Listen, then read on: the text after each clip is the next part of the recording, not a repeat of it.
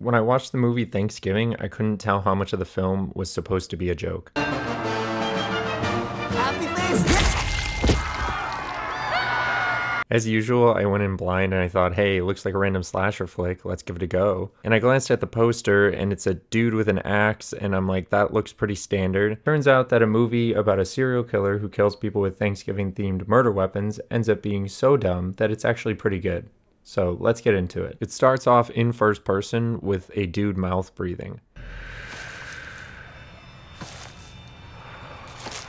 And we get tricked into thinking this is a POV shot of the killer, but they fake us out and it's this cop showing up for Thanksgiving dinner. Hey babe, Eric's here. So Sheriff Mouthbreather shows up to this dinner where I get immediately confused because I already don't know any of these people and they're cutting between two different Thanksgiving dinners that I thought were the same dinner, but they're not. Oh, well, you made it. So we meet Sheriff Mouthbreather, this guy Mitch, and then Mitch's wife, Amanda. Mitch is a manager at a supermarket, and the main conversation is about how he has to go to work because it's Black Friday. And the store's open because this guy, Thomas, who looks like a walrus, is the store's owner, and he decided to open it early on Thanksgiving. We also meet Jess, who's the main character, and Thomas, the store owner's daughter. Jess's dad is currently engaged to Kathleen, who he got engaged to after Jess's mom died. Also at dinner is Jess's boyfriend Bobby. Bobby's nickname is Golden Arm, which means that he's good at baseball, but also could imply that he's good at whacking off. Meanwhile, at the store, everybody's pissed off because they want to be the first ones in so that they could get a free waffle iron. And this is the point where you realize how thick they're laying on the Massachusetts accent for some of these characters. Hey, Bon Jovi, let me get the back of the fucking line, okay? Jess and Bobby leave dinner and hop into a friend's car to go see a movie, and their friends are just cartoonishly stereotypical movie teenagers.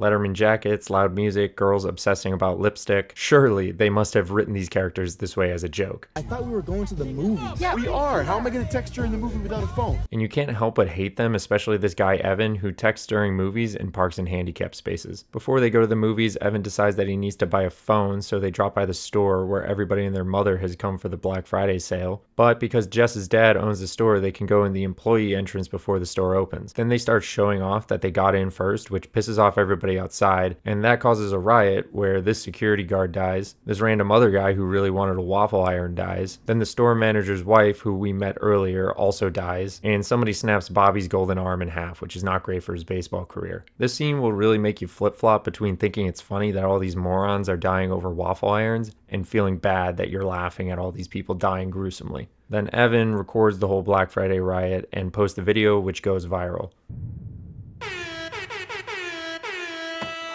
Cut to a year later where a guy wearing a John Carver mask kills a waitress. John Carver, by the way, is a famous pilgrim. Importantly, the waitress that he killed is one of the main people from the crowd at the Black Friday riot. This John Carver character also makes an Instagram account where he starts tagging Jessica and her friends in ominous posts, including this post of what he did with the half of the dead body. Before the waitress got killed, by the way, she locked herself in a room and couldn't use her phone because her phone was all smeared with blood, and the Face ID didn't recognize her because her face got all messed up from the freezer. So rather than wipe the blood off her phone and use it, she just runs outside where she gets cut in half by a dumpster. Next, we learn about Bobby, the golden arm baseball player who may or may not masturbate a lot. After he got his arm broken at the store, Bobby disappeared and ghosted everyone. Now he comes back and he's a tow truck driver. So after Bobby ghosted her, Jess started dating this nerdy guy, Ryan, who's really tall and looks like baby David Schwimmer. While we're talking about side characters, there's also this kid who reminds me of Steve Buscemi. Let me know if you guys want tickets. They're selling out quick. Shut the fuck up, Donnie. He basically has nothing to do with the plot, but he's kind of funny. Then Carver kills this security guard who ran away from the angry mob last year, and he also kills these two high school students who were part of the Black Friday riot. They all start to put the pieces together that this guy's hunting down anyone with connection to that Black Friday incident from the previous year, so they know that he's coming for them eventually. And as this guy posts more and more dead bodies on Instagram, they sneak in this silly little joke that people on Instagram are actually liking these posts, which I think would violate Instagram's terms of service, but rather than call Zuckerberg, they decide to let the police handle it. A couple scenes later, while they're at the school, two of Jess's friends, Evan and Gabby, get kidnapped. Carver tries to get Jess, but she escapes after she blinds him with some hairspray. way. Then Bobby and Ryan get into a little scrap because they're both in love with Jess and overflowing with testosterone. Then Ryan says this cringy line about how he takes Adderall so that he could go to an Ivy League school. Yes, Adderall. That is what smart kids do,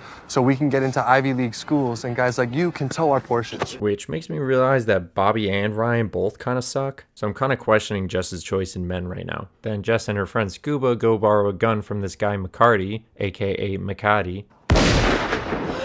Blunderbuss! McCarty, what the fuck are you doing? And he's kind of the local super senior who sells booze to underage kids. But despite him being an illegal arms dealer and kind of a creep, he's also a pretty nice guy. Then their friend Yulia gets killed, and in this scene Carver stabs her ears with corncob holders, which is pretty funny, so I see why they included that in the trailer. Jess and Scuba show up before she dies, but Scuba forgot to turn the safety off on his gun, so Carver gets away. At this point I'm realizing that this guy just hunts people down extremely fast, like he's sprinting from place to place doing murderings and kidnappings. Like it feels like there's somebody getting chased and or killed at least every 10 minutes. Now because everybody's scared, they come up with this plan to try to trap the killer by luring him out during the Thanksgiving parade. Carver does show up at the parade, but he's dressed like a clown, and then uses tranquilizers to knock out Jess, Scuba, Kathleen, and Jessica's dad. So now that Carver's kidnapped everyone, he starts prepping to cook Kathleen by putting a glaze on her. And then there's a sensual foot shot here for all the foot fetishers out there. And she wakes up and almost escapes, but then gets javelined by a pitchfork and cooked alive. Everyone who's still alive gets put at a dinner table where John Carver plans to do a live stream of him killing everyone.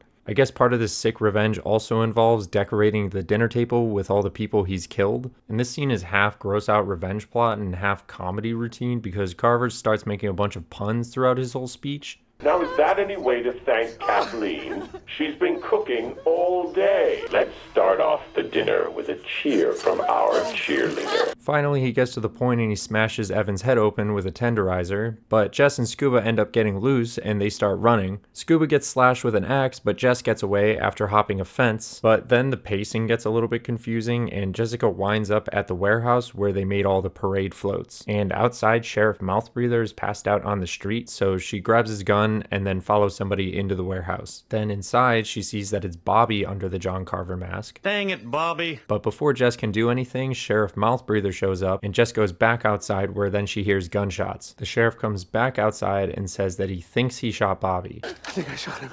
Look at that hand cannon you're carrying, dude. I feel like if you shot Bobby, you would know. So they don't find Bobby for now. Cut to later, they're hanging out in the warehouse still in this office and they're talking about how crazy it was that Bobby was the killer.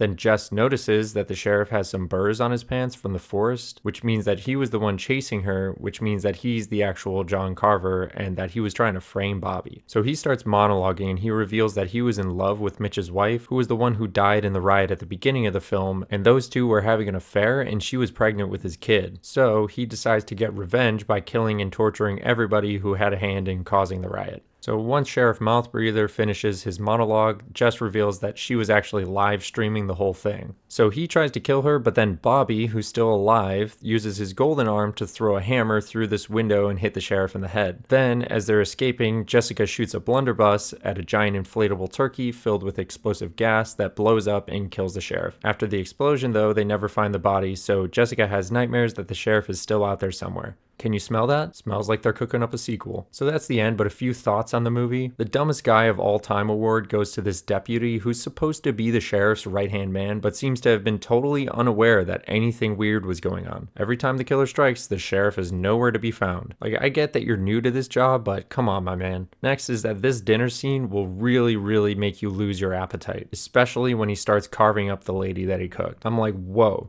This sheriff is a seriously disturbed guy. I'm frankly surprised that nobody ever noticed that this guy's a complete psycho. The movie's also a little bit hit or miss with the dialogue. Like sometimes it just doesn't land. It was like Waffle House level cringe. But then other times they pull it off. Like at the end, this no leftovers line is pretty funny. This year, there will be no leftovers! But I do feel like the script for this movie was solid. There was a lot of stuff that I didn't understand or pick up on my first time watching, but then on the rewatch, I kind of got it. Like I noticed that there's a bunch of clever stuff written in there that I had missed before. So kind of like how Thanksgiving food hits different when you reheat it the day after. This movie is arguably more enjoyable the second time around. Anyways, that's all I got for this one. I hope you enjoyed the video. Remember to like and subscribe to help out the channel. I'll see you in the next video, and until then, remember that it's never worth killing people over a free waffle iron.